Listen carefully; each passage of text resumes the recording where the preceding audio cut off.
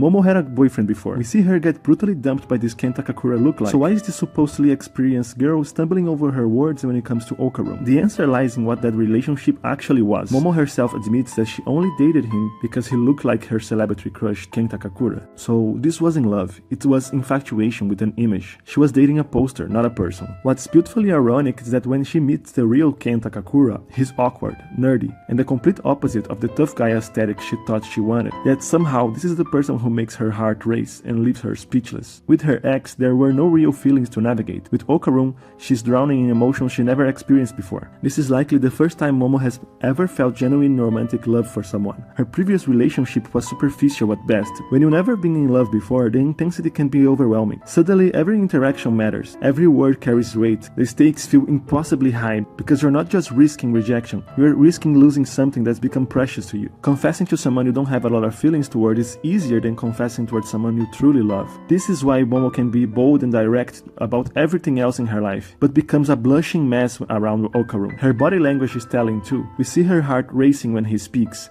a literal explosion appears when he says her name, and her inability to keep her hands off of him. These aren't calculated moves, they are involuntary responses to genuine attraction and affection. This brings us to perhaps the most important point. Momo is terrified of messing things up. When you don't really care about someone, confessing is low risk. If they reject you, it stings, but life moves on. When you genuinely care, confession becomes a potential relationship-ending event. Momo doesn't want to ruin Okarun's first real friendship. He explicitly told her he's never had a friend before, and always wanted one. Imagine the weight of that, knowing that your confession might destroy the first meaningful human connection this person has ever had. There's also the drama factor to consider. Her first relationship ended with humiliation. Momo has learned that being vulnerable can lead to pain, so she's developed protective mechanisms. With Okarun, those defenses are crumbling, and that's scary. She's learning to trust again, but trust takes time to build. Every moment of vulnerability feels like stepping onto thin ice. What's fascinating is how Momo expresses her feelings non-verbally. From day one, she can't keep her hands off Okarun. She grabs him,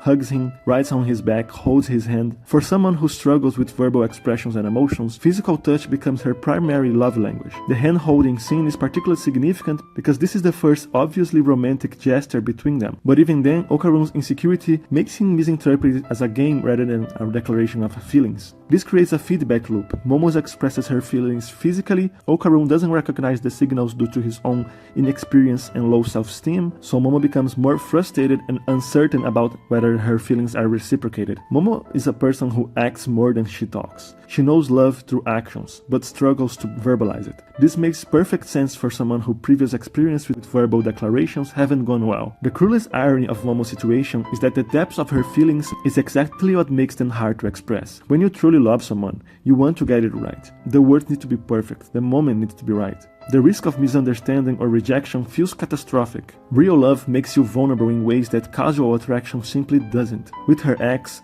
Momo could maintain emotional distance even while dating. With Okarun, that distance is completely evaporated, leaving her exposed and uncertain. There's also a cultural element at play. In many romantic narratives, especially in anime and manga, there are exceptions. There's an expectation that the male character should confess first. Momo seems to be dropping hints and hoping Okarun will take the initiative, but his own insecurities and inexperience make him blind to these signals. This creates the perfect storm of miscommunication. Two people who clearly care about each other, both too scared and inexperienced to make the first move. What makes Momo's struggle so compelling isn't just the romance, it's the character growth it represents. She's learning that real relationships require more than surface level attraction. They require emotional honesty, vulnerability, and the courage to risk getting hurt. Her journey with Okarun is forcing her to mature in ways her previous relationship never did. She's discovering that love isn't just about finding someone who fits your ideal image. It's about connecting with someone's soul, even when they don't match what you thought you wanted. The fact that she's struggling actually proves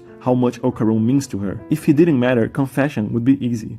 Because he matters deeply, every word becomes weighted with significance. This is why her relationship feels so authentic. We've all been there, at least some of us, caught in between desire to express our feelings and the fear of ruining something beautiful. Momo's journey is ultimately about learning to be brave enough to love out loud, even when the outcome is uncertain. And that's a lesson worth waiting for.